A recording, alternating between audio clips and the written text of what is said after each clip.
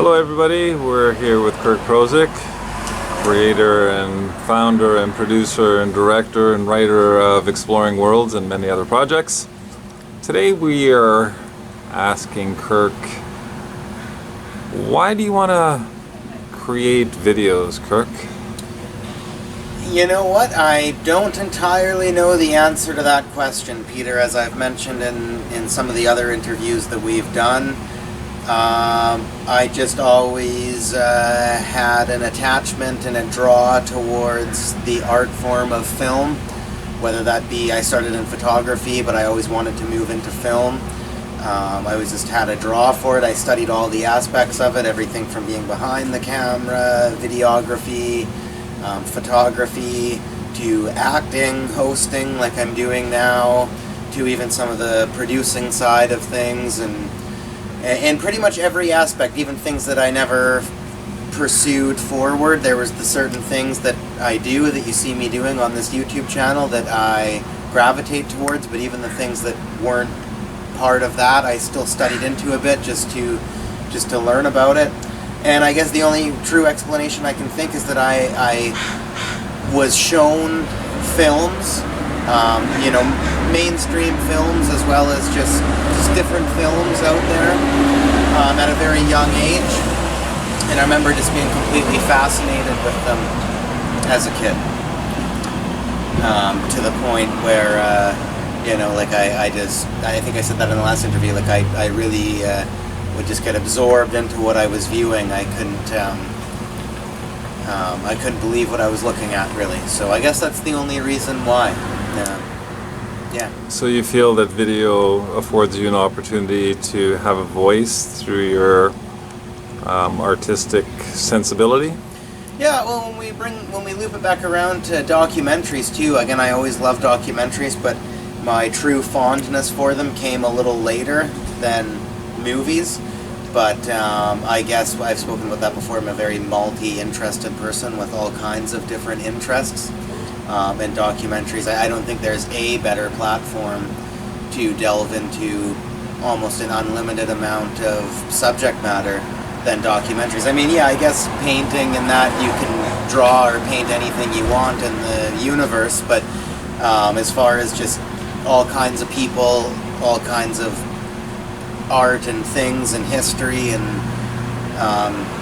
just things to view and see and learn into in the world here, I think documentary filmmaking is pretty much the go-to for anybody that has that multi-interested personality, I guess. Who would you say would be one of your sources of inspiration? Who or what? Or that could be a what, I guess, but what is it, or what was it that really inspired you, or continues to inspire you into the world of video? Well, if it would be, I'll answer both the questions, then if it's what, then it would be history, art, unique people, and nature. And if it were who, it would have to be J.R.R. Tolkien, Darren Aronofsky, probably, perhaps, Werner Herzog would be thrown in there as well. All kinds I could go, but pretty much I'd say the main person would be J.R.R. Tolkien and Darren Aronofsky would be the two people that, even though they do a completely different. Well, Darren Aronofsky directs films, but even though they do a completely different thing than I do, just as far as reaching emotional levels through text, the written word, and film, I don't think anybody's ever, captured the emotions that they do in that sort of capacity. And some of the documentaries that have been created about J.R.R. Tolkien, of course you've got your Lord of the Rings and all of the fascinating literature that he created, but some of the documentaries that were made about him and about his life and about the people that also the people that take inspiration from his work are really great documentaries, some of my favorites out there.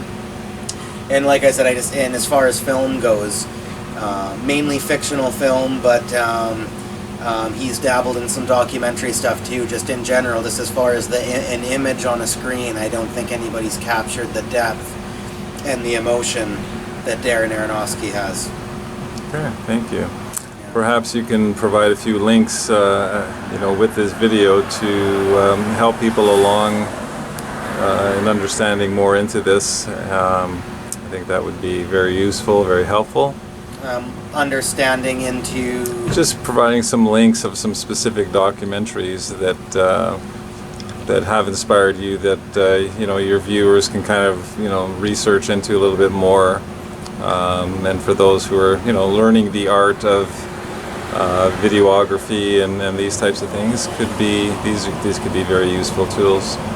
Well, and if I may, one other set of things that I'll add to the table is also 3 major influences of mine would definitely be Unsolved Mysteries and Robert Stack as the host, as well as The Twilight Zone and Rod Sterling as the host.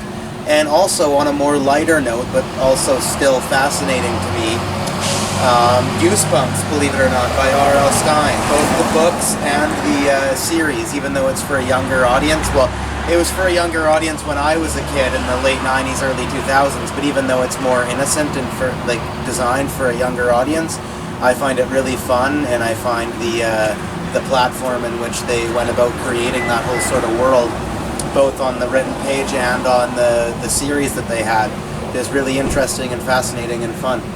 Okay.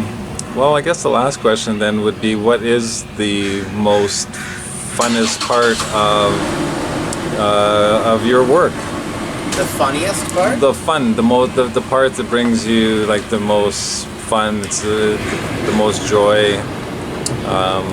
That would have to be certainly not editing. We've spoken about this before. I hate editing, even though I know how to do it. I hate doing it. It would be on location filming, or it would be acting or hosting like I'm doing right now. Okay. Well, I guess we got both of those covered. All right, Kirk, thank you for your insights and your wonderful answers. And that's all we got to say for right now. Thank you, Peter. Thank you. Good morning, everybody. We're here with Kirk Prozik on another great exploration of discovering worlds. Today's question is, do you believe in God? Yes, I very much so do. I try to not belong to any specific religion or any specific belief system. And I do believe in science as well, and evolution and all of that. But I definitely believe in, whether that's a singular force or multiple, whatever, I do believe there are forces of creation beyond the logical formulation of the planet and of living things and whatnot. I don't know exactly what it is. I wouldn't speculate, but I believe there is something. Let's leave it at that. I believe there's something along the lines of what we would perceive as a God.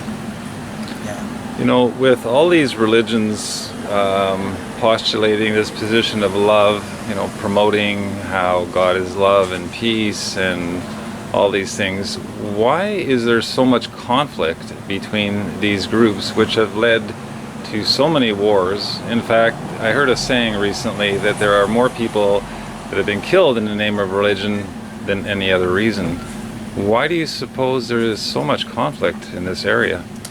Well, that is religion or creation's main criticism, I think, and I believe it to be both valid and invalid at the same time. I think there's always been groups of people that look beyond that kind of a thing and do stay true with what the meaning of what they're following is, and do some great work and some great things for the world, for society, for nature, for fellow human beings. I seriously think that the reason of all these wars and all these conflicts based on religion isn't the fault of the religion itself, or isn't necessarily a flaw in the belief, which there are some religions that have heavy flaws, of course, but it isn't necessarily a flaw in the belief at hand. It's more a flaw of human beings. I mean, even if you think about before religion was ever even a thing, I'm talking like way back primitive times, there were just as much conflicts over just as many ideas. Unfortunately, I think it's just a flaw of human nature, that whatever sort of idea or belief system or situation that it may be as relatively redundant, I think it's just a trait of human beings, and I think religion has been unfairly blamed for it, when really differing ideas and differing concepts of God or differing belief systems on whatever it may be are really just an excuse for people to continue on doing what they've always done.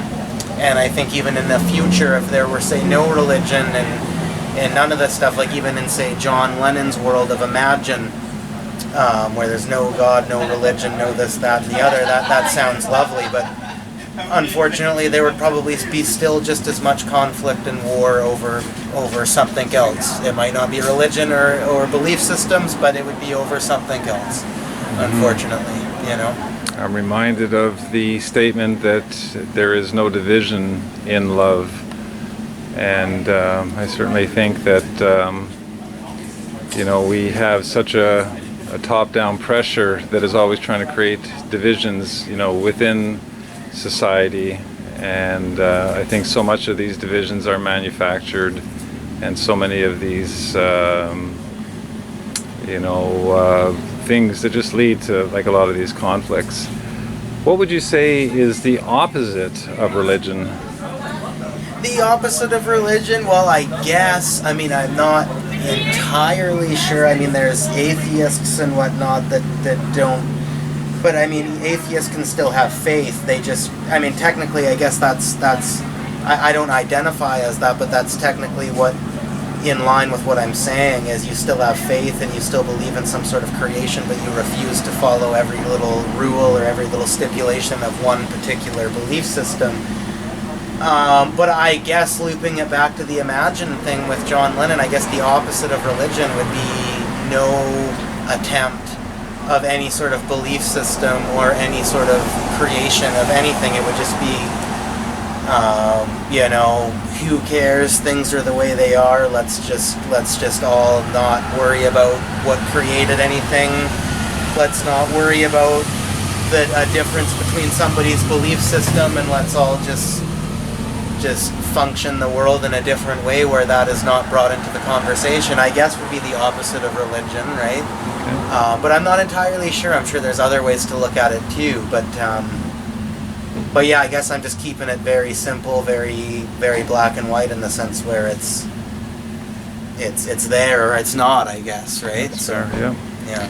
So my last question is, if all these religions are in fact promoting love, much like Gandhi, who said that my religion is love, how could we become more loving? Well, looping back to what you said before, you said that there is no division in love, right? I actually highly disagree, in the sense that love is beautiful. Love is something we all strive for. Love is something we all partake in, and anybody who doesn't, or anybody who disagrees that it's a valuable thing, or that it's something to strive for, is, I believe, there to be something wrong with that person. But at the end of the day, love is one of the most divisive things, one of the most divisive emotions that the world has ever known. Think of an affair, think of a love triangle, think of a crime that somebody lost their mind on the bearings of love, right? Think of the heartbreak, think of the completely new and different trajectories of life that one has followed due to the lack of love, or due to love not ending well, or going properly to what they needed. I think it's a beautiful thing, it's a powerful thing, it's medicine that should be taken wisely. But it's 100% wrong, in my opinion, to say it's not divisive. It's literally like the definition of divisiveness, if you ask me. Almost any piece of division among people, even if it's not to do with relationships, or like relationship love or friendship love, or when it comes to passionate love about something out there in the world, or an art form, or a hobby, or a job, or a love of a belief system, for that matter, is that the love for that is almost what's caused almost every piece of division you could imagine, really, if you ask me. Okay, so the question though at hand is, how can we be more loving towards each other and towards ourselves, I guess, in that context as well? I think embracing more with each other. Okay, so besides the main loves that we strive for, like relationships and family and parental and all of that kind of stuff that we spoke about in the last video along these lines, I think when you see somebody, anybody, and there's a certain thing about them that you, like, even if you don't know them, there's a certain thing about them that you love. Like you say, like, you know, like tomorrow I'm going to be a little bit more like that person. I like the way that person communicates. I like the way that person dresses and talks and walks. I like the confidence that that person exudes, or I like the vibe that that person is giving off. A lot of times we think that in our head and we're like, yeah, like tomorrow I'm going to be a little bit more like that person because I like that person's style or whatever. But I think if we're more open about that, like even if it doesn't end well, like, or even if the person perceives it in a wrong way, you don't have to be like overboard or like weird about it, but just when you get that feeling from somebody, anybody, just kind of embrace it more and be like, hey man, like I really enjoy your style, like I wouldn't mind being a little bit more like you tomorrow. Or hey, like if you're somebody that's into like exercising or working out or something, you could be like, hey, like I wouldn't mind looking like that, like, you know, can you write me down a routine that you go by or something, you know what I mean? Or just simple compliments, like to a woman or something, like, hey, like I really like your you know, yeah, I know they don't like it when you objectify them as looks, but like I really like your vibe, I really like your voice, like something different than I like your hair, or I like your shirt, or you know what I mean, whatever. But like I like your vibe, or I like your voice, or you suit that car well, you know what I mean, like stuff like that, like things that you see in people that you love, just sort of be a bit more abrasive about it, I guess, right? Okay. And I think ultimately that's a good message to give out to, a good influence to put out to people, I think. Mm-hmm. That sounds a lot like acceptance, and as they say, acceptance is the first law of spirit. Yeah. We're going to just pause for a few moments and we will come back to one more question.